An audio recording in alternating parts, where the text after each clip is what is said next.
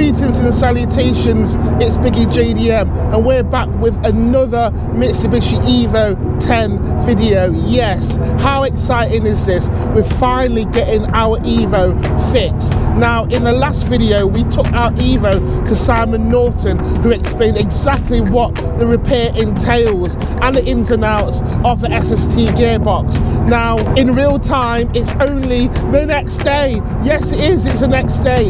Therefore we're travelling back to Norton Tuning Solutions to go and investigate the extent of the damage. This is going to be exciting as well as informative. Let's make haste.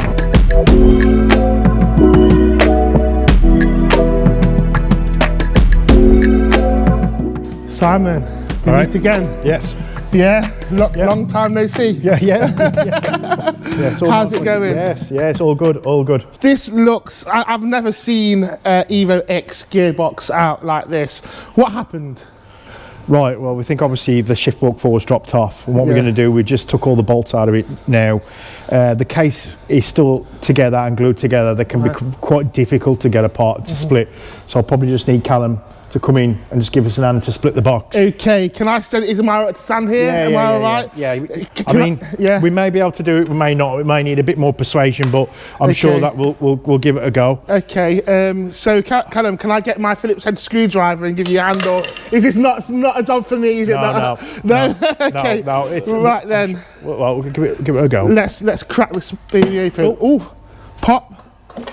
So just to confirm, it's never been opened at all? No, we took the bolts out of it, but we didn't, in all fairness. Oh, there it is. Wow. Okay, we've not actually took it apart, and it's still on the doors, so. Oh, wow, is this what it is then? Yeah.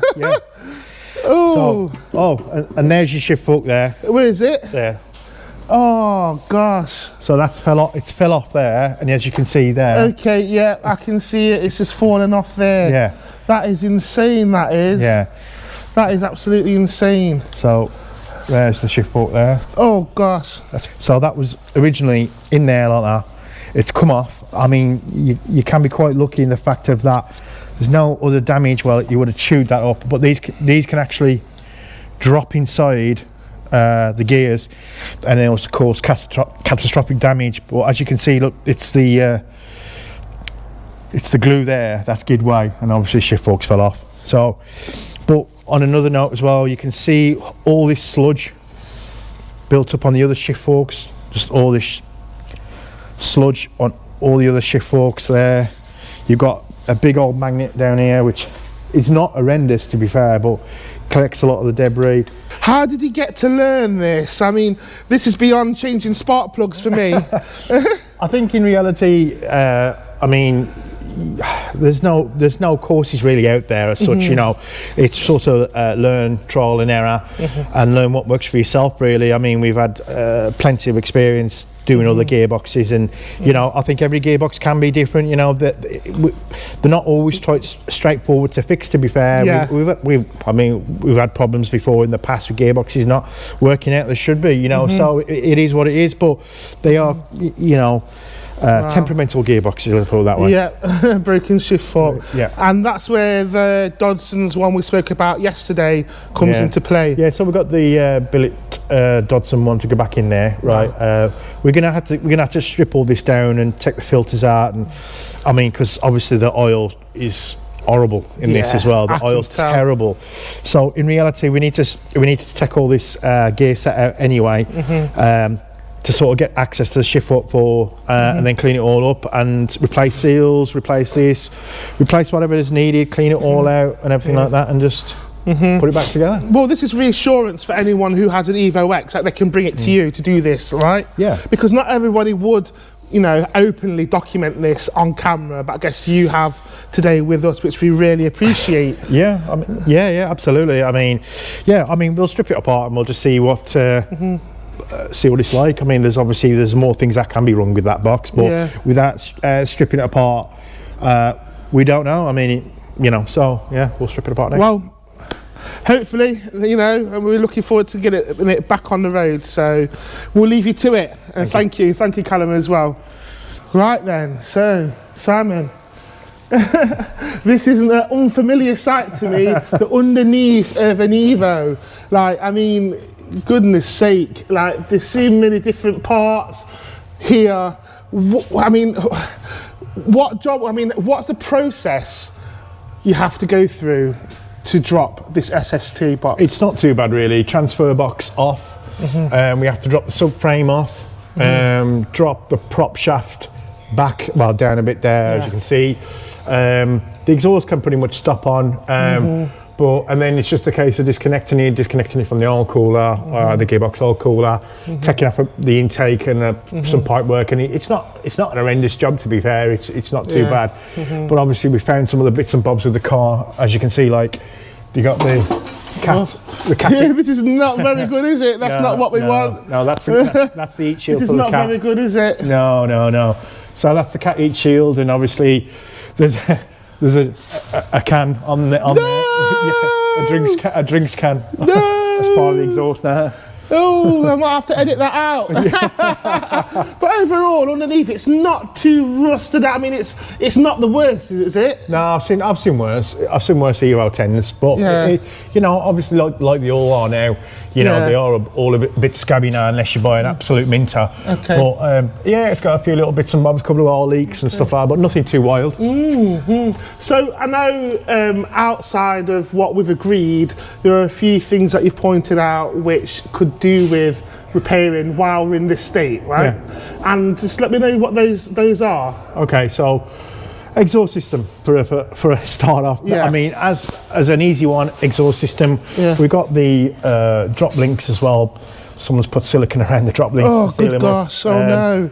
And then obviously, so that's that bit, and then we've got some broken straps and exhaust hangers and stuff like that down there. But as you can see up here on the turbo side, you can see on the exhaust housing round about there that the turbo is actually cracked. Okay. And if you look further, I mean, it's a bit more difficult, but up there you can just see the bottom of the exhaust manifold, and again the exhaust manifold's cracked as well. Right, okay. So, I mean, that's a job for a different day, you know. But what we spoke about before when we had the other turbo over there, that and what happened is exactly what has happened to yours. Yeah. So, but we've agreed also, you know, seeing as though the gearbox. Let's have a look at this gearbox oil as well. Like, I know.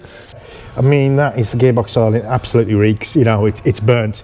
I mean, I'd go as far to say as it could even be its original oil, whether it is or not, I don't know. Oh, no. But it looks bad enough anyway. I mean, I put my finger in there and it's just like black.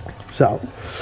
Yeah, so I mean, I guess, you know, seeing as though the oil is in that state, we've also agreed just to do the transfer for box and diff, you know, just to get the oils sorted out. And I've got some oil just to drop the engine oil too, because I don't think that's ever been changed out for a while. No. So, you know, at least now we're in this state, we can get those little bits done until we've got a bigger budget to get to get the rest done. Yeah. Wow. So, we're here, like, you know, the Evo's apart, just as I imagined. What would be next steps once the box is built, and what do you need to do? When the box is done, I think it's just a case of run it for a bit, change the exhaust if you can do, and then obviously down the line somewhere, maybe change that turbo mani, and then obviously you go for a tune if you wanted to. Yeah. So I'm going for a tune next, I think, really. Okay. So I guess for this job, I've heard you have to do reteach or something like that. Yes. What does that entail? So that's part and parcel of what we offer when we do the gearbox builds anyway.